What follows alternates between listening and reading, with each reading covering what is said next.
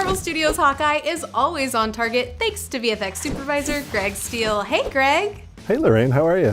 Thanks for having me today. Oh, I am doing excellent, but much like Kate, I am dying to know more about all of the different trick arrows in Hawkeye's arsenal. So how did you and the production team work together to create these arrows? The props department's really involved in coming up with a lot of these designs, which is great. I mean, the work they did in building these, they're like little pieces of artwork in terms of the complexity and the design aesthetic. It's really great, and it all lives within the realm of what's come before in the other films. And the arrows that the characters were holding were not real, but they were based on things the prop department had put together. Like the tip of the Pym arrow was, had a blue illumination in the word, you could read it. We scan pretty much everything we do when we're on the film, so we'll scan all the locations and the actors and the props also. You've got the geometry, which is the foundational shape of it, and then you go in and you try to replicate the feeling of the surfacing quality. So the shininess, how beat up it is, where there's little lights that could turn on, things like that. And then you age it and try to make it look like it kind of belongs in the real world versus being totally synthetic. It's definitely a lot of work, but it's so worth it when you see it in scenes like the epic car chase in episode 3. What are some of the different arrows we see in that scene, and how did you bring them to life? So the putty arrow is one of the first arrows that Kate shoots during the car chase. Once the arrow hits, it expands and creates this almost like expansion foam type quality. So to create something like that, we ended up just shooting the plate of the truck driving, and then in post-production we did effect simulations on the glass. So they referenced material that we had found of expansion foam and some slimes and things like that everyone liked, and then basically put it all together and just kind of gave a really kind of goopy, messy look. The explosive arrow was one that was launched by Kate at the beginning of the sequence.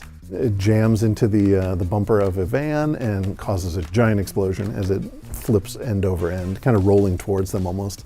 The special effects team and the stunts team rigged up 2 different events of a real van. One was to get it rolling, so it could be kind of chasing along after the car, and one to get it going initially. And then it was up to us in visual effects to kind of help augment that a little bit, clean up the stunt rigging. We added some additional fire and some other explosions to kind of just make it all tie together amongst the shots. The suction cup arrow is what appears to be a very benign suction cup arrow at the beginning of the sequence, which ends up actually saving them at the end as Clint suction cup onto a subway car as it's speeding below on the Manhattan Bridge.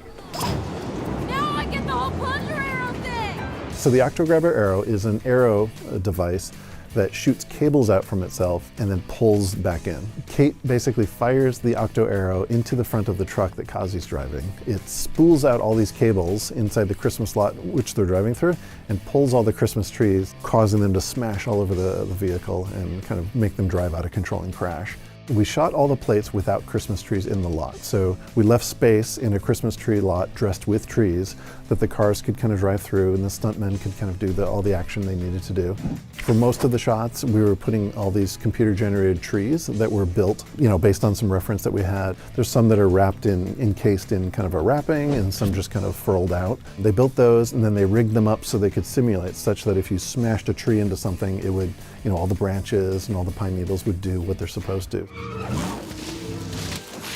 Merry Christmas! So the acid arrow is utilized when Kate and Clint are speeding towards an intersection with cross traffic, and they need to basically create a hole in the traffic so they can sneak through with the guys chasing after them.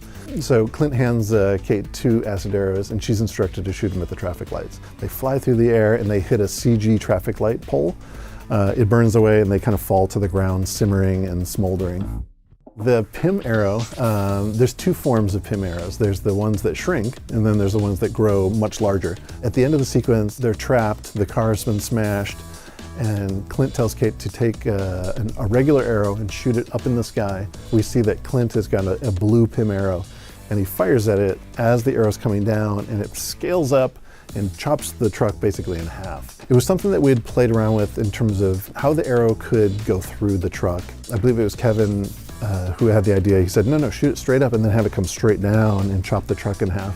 And it ended up actually working out really well. Everything in that environment is all CG.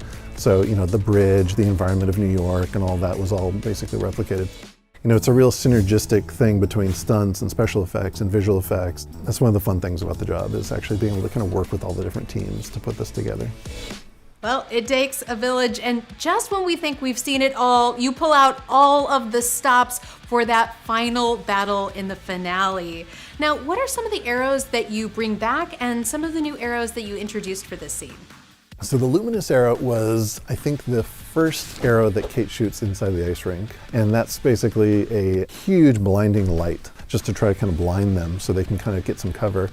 I'd say, 95% of the shots were shot in Atlanta on a backlot. For us, it was taking all the footage that we had shot and just augmenting what was, like a one-story building and turn it into a big 65-floor high-rise skyscraper in New York. The electromagnetic arrow is something that's used at the beginning of the ice rink fight. The big question during prep was when we were kind of designing this was, why don't all the bad guys just shoot them once they're down inside the rink? So we came up with this gag of Clint shooting an electromagnetic arrow at the flagpoles, and it basically creates this electro net all around the ice rink, and it pulls all of the metal-based weaponry out of the bad guys' hands and kind of sticks it to the flagpoles. In post, we put in the electro aspect of it with the lightning bolts and electricity and things like that. So the acid arrow comes back actually in the final battle. It's before Clint lets Kate use all the good trick arrows when they get down to the ice. She's basically up in FAO Schwartz, and Clint is stuck in a tree at this point. So she basically fires it at the trunk of the tree and causes the weight of the tree to actually fall over. Clint goes flying, everything is a hot mess down on the ice rink. Special Effects built us a special tree trunk that we could actually crack. Our vendor team put in the acid that was eating away at it, causing bubbles and smoke coming off it. And then the tree itself, as that falls, it just has a massive amount of simulation going on. Kate fires the needle arrow towards a place where a bunch of tracksuit mafia are standing. So she fires it, it hits the ice, it winds up small needles, about, like a porcupine, go flying out of this thing and just stabbing into all the guys around it, just kind of causing mayhem, basically, at the beginning of the fight. The actual final effect was designed during post-viz as we were doing it. We had the actual plates, and we just basically implemented a CG version of that, shooting until all the actors who were miming getting hit by the different needles. The trank arrow is an arrow that is a delivery system, yet again. So the main arrow goes into a guy's shoulder. So it's just a bunch of little hypodermic needles that shoot into the different characters. But the performances, again, for something like that, it was really what sell it. The airbag, again, is one of those great combinations between stunts and visual effects and second unit teams. It was something that the stunts teams came up with in their stunt biz about this concept of a cool airbag that could kind of go under the characters and grow huge and send them flying into the air. To actually implement that, the stunt team set up a bunch of cranes, and they could kind of actually pull the characters up into the air. So we were able to actually use real people doing the stunts versus having to go to like a digi-double all the time. The sonic concussion arrow is an arrow that first gets revealed in episode 4, and that's basically an arrow that creates a large, kind of a 3-beat concussive sonic blast. So again, we used similar techniques to what we had done, creating these concentric compressed air simulations to kind of just make it feel very powerful and concussive.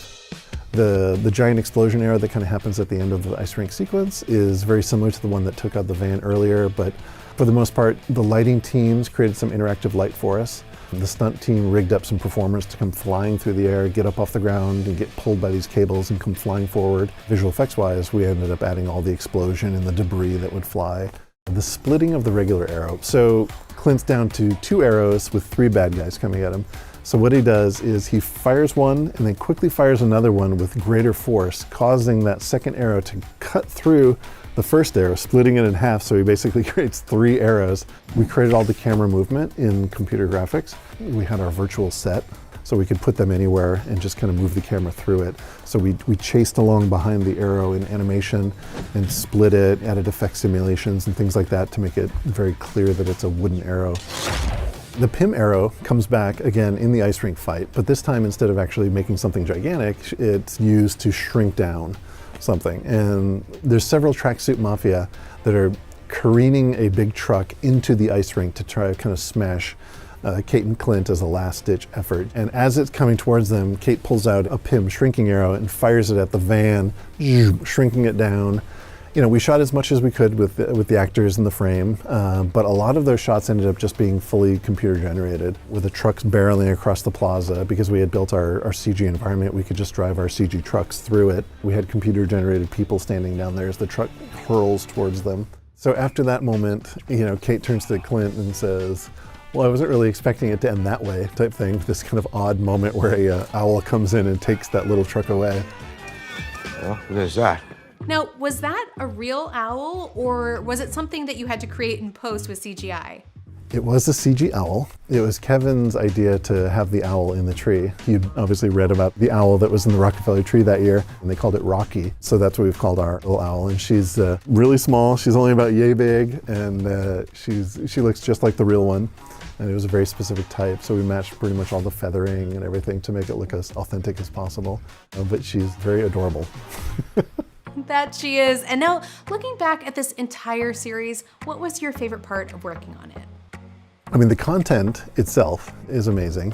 One of the original Avengers, you know, his storyline and handing the mantle over to Kate Bishop. It's a really cool storyline that we're all very excited to be working on. Everyone's kind of at their A game on these projects, and it's really neat to be able to kind of collaborate with them. That's probably one of my favorite parts of the whole process. Teamwork makes the dream work. Thank you so much, Greg. And of course, go check out all of those trick arrows in Marvel Studios Hawkeye, now streaming all episodes only on Disney+.